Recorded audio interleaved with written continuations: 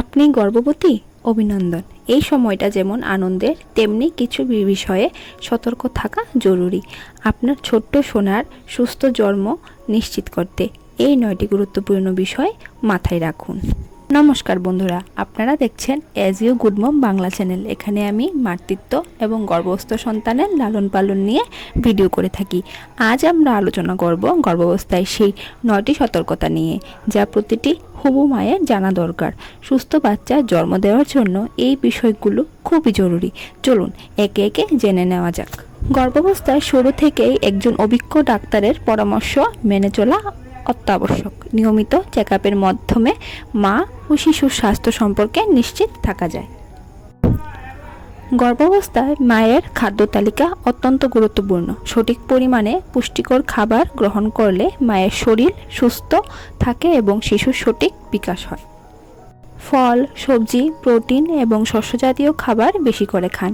Junk food ও অতিরিক্ত তেল মশলাযুক্ত খাবার এড়িয়ে চলুন। পর্যাপ্ত পরিমাণে জল পান করুন।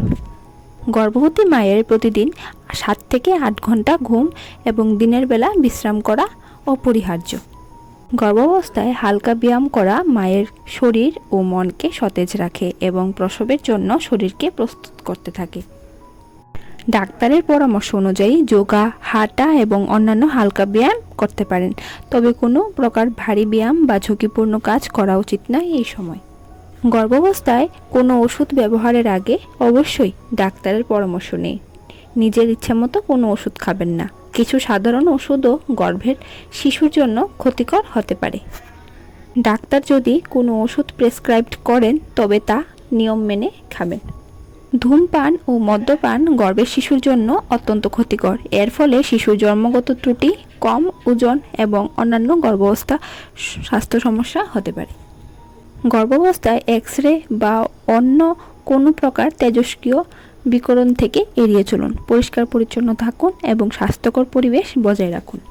গর্ভাবস্থায় মানসিক চাপ মায়ের ও শিশুর উভয়ের জন্যই ক্ষতিকর। পছন্দের কাজগুলো করুন, গান শুনুন, বই পড়ুন অথবা পরিবার সদস্যদের সাথে সময় কাটান।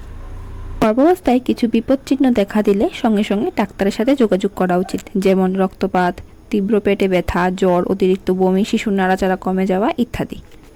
আশা করি গর্ভাবস্থার এই 9টি সতর্কতা আপনাদের সুস্থ ও সুন্দর একটি গর্ভাবস্থা এবং একটি সুস্থ শিশুর জন্ম দিতে সাহায্য করবে। যদি আপনাদের কোনো প্রশ্ন থাকে তবে কমেন্ট বক্সে জানাতে পারেন। তো চলুন আজকের মতো এখানেই আমার ভিডিওটি শেষ করছি।